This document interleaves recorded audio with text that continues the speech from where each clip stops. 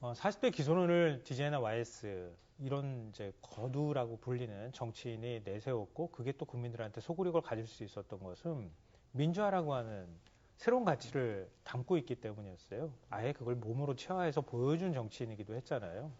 근데 이준석 그 후보가 미래 세대를 책임질 만한 어떤 가치를 얘기한 게 있는가? 전 그거에 대해서 굉장히 큰 실망감을 갖고 별로 기대를 하지 않는데요. 그러니까 미래 세대의 지금 현 세대가 부담을 안기는 것에 대해서 계속 반발을 해왔잖아요. 하다못해 국민연금조차도 그런 식의 해석을 하는 거예요. 제가 농담처럼 그런 말을 하지만 그러면 이준석 그 후보의 부모님은 어떻게 되는 겁니까? 제가 물어보고 싶어요. 그럼 부모님이 이준석 후보한테 세대한테 부담을 준다고 생각하잖아요. 그럼 그 부모님은 부모님이 없느냐라고 제가 물어보고 싶어요. 그러니까 세대연대의 개념이 전혀 없는 거예요. 그럼 미래 세대가 그만큼 부담을 떠안는 것에 대해서 반발한다고 하면은 역으로 말하면 미래 세대한테 부담을 안기고 있는 현 세대의 모습들에 대해서 본인이 말을 할 수 있어야 해요. 예를 들면 그런 거잖아요. 에너지 문제와 관련해서도 원전을 더 많이 짓겠다고 얘기를 합니다. 그럼 원전 쓰레기는 어떻게 할 겁니까? 현 세대, 부모님 세대라고 하는 우리 중견 세대 같은 경우에는 쓰고 버리면 되는 거예요. 고준위 방사성 폐기물 막 버려놔도 되는 거거든요. 이준석 후보가 갖고 있는 세대가 다 책임져야 됩니다. 근데 본인이 그런 거에 대해서 얘기하지 않아요. 환경 문제에 대해서 적극적이지도 않아요. 주택 문제, 일자리 문제에 대해서 청년 세대를 대변하지도 않아요. 그리고 각자 주어진 환경 내에서 모든 사람들이 같은 청년 세대 가운데에서도 조건과 환경이 안 되는 세대가 가지고 있는 부담에 대해서 고민하기보다는 그냥 시험 보면 공정한 겁니다. 이런 식의 주장들을 하는 것에 대해서 과연 미래 세대의 정치인으로서의 책임성이 있는가? 이런 부분에 대해서 저는 매우 회의적으로 보고 있습니다.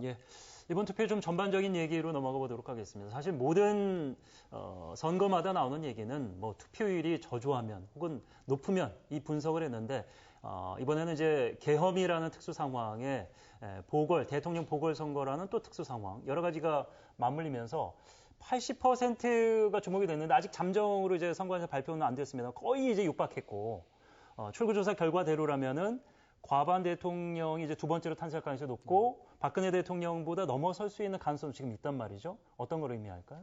그래서 일단은 저는 그 투표율이 보통 보면 지난 대선 때 한 77% 정도 됐었거든요. 이게 77.2였어요. 이번 같은 경우에는 사전 투표율도 지난번보다 좀 낮았고 특히 사전 투표 같은 경우에 보면은 우리 호남 지역 그러니까 이제 광주, 전남, 전북 민주당의 특발 지역에서는 사전 투표율이 높았는데 그렇다는 것은 민주당에서 내세웠던 어떤 탄핵 심판, 어떤 내란 종식이라는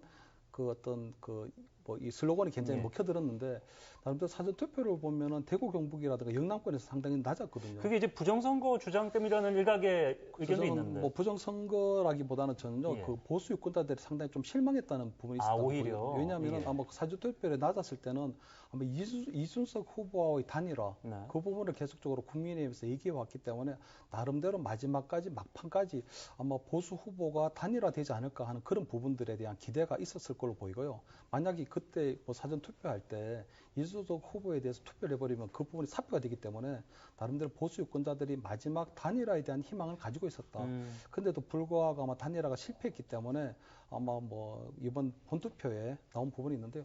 아마 그 영남권에서도 보면 보수 이렇게 본투표 높아진 거 보면 아마 그 호남에서 굉장히 그 사전 투표율이 높았거든요. 그렇기 때문에 아마 영남에서도 보면 나름대로 보수를 좀 직결해야 된다는 그런 부분이 있어서 아마 그런 부분들이 나타나지 않나 이렇게 보입니다.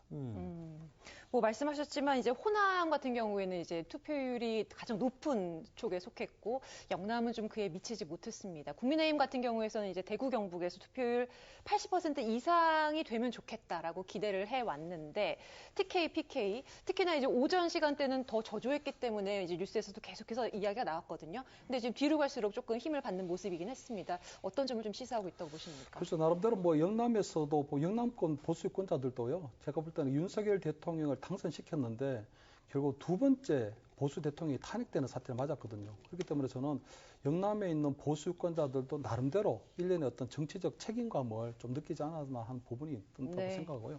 나름대로 국민의힘에서 볼 때는 아마 막판까지 어떤 독재에 대한 저지, 민주당 독재가 만들어질 수 있다는 부분들을 계속적으로 어필을 했기 때문에 아마 나름대로 아마 그 새로운 정권이 들어선다고 하더라도 견제와 균형을 시켜야 된다는 그런 부분들이 좀 강하게 작동하지 않았을까 이렇게는 보이거든요.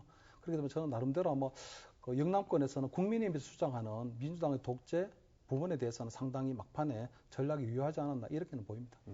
출구조사가 발표되는 8시 상황에 저희가 이제 각 당사 화면을 보면서 그 환호하는 분위기를 느꼈는데 이미 이제 수치를 보기 전에 민주당에서의 그 환호 속에는 50%를 넘긴 그 기대감, 사실 그 지지층에서는 더 압도적인, 그러니까 힘을 실어주길 원했을 텐데 어떻게 보세요? 좀 애매한 수치입니까? 아니면은 기대치보다 훨씬 뛰어넘었다고 보십니까? 52에 수렴할 것으로 좀 예상은 되는데. 그러니까 여론사 공표 금지 기간 들어가기 직전에 조사 발표된 거 보면은요, 한 13%포인트 차는 나는 것들도 있었거든요.